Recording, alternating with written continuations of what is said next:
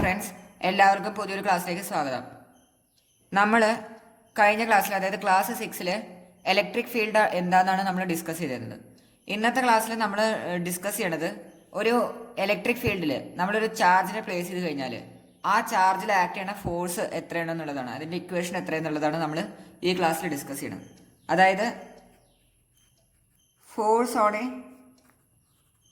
Charged particle in electric field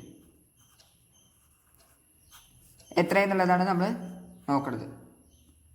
അതായത് നമ്മൾ പറഞ്ഞു, ഒരു ഇലക്ട്രിക് ഫീൽഡിൽ നമ്മളൊരു ചാർജിനെ പ്ലേസ് ചെയ്ത് കഴിഞ്ഞാൽ അവിടെ ആ ചാർജിന് എന്തുണ്ടാവും, ഒരു മോഷൻ ഉണ്ടാവും, അല്ലെങ്കിൽ ആ ചാർജിലൊരു ഫോഴ്സ് ആക്ട് ചെയ്യും.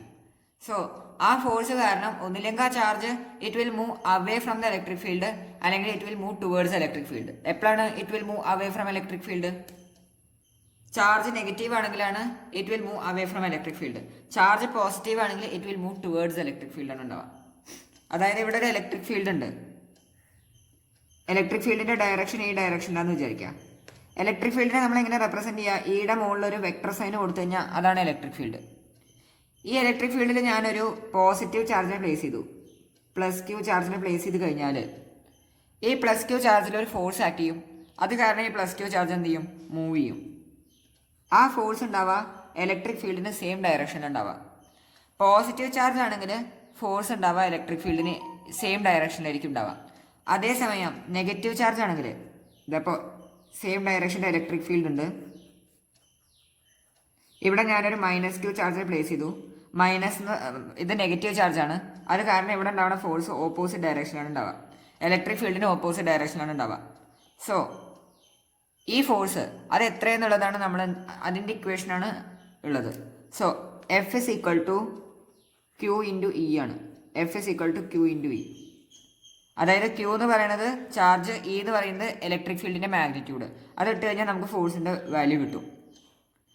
ഇനി ഫോർ പോസിറ്റീവ്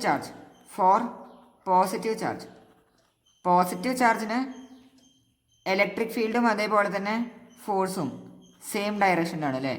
ഇലക്ട്രിക് ഫീൽഡും അതേപോലെ തന്നെ ഫോഴ്സും സെയിം ഡയറക്ഷനിലാണ് ഉണ്ടാവുക. അതേസമയം നെഗറ്റീവ് ചാർജിന് ഇലക്ട്രിക് ഫീൽഡും അതേപോലെ തന്നെ ഫോഴ്സും ഓപ്പോസിറ്റ് ഡയറക്ഷനിലാണ് ഉണ്ടാവുക.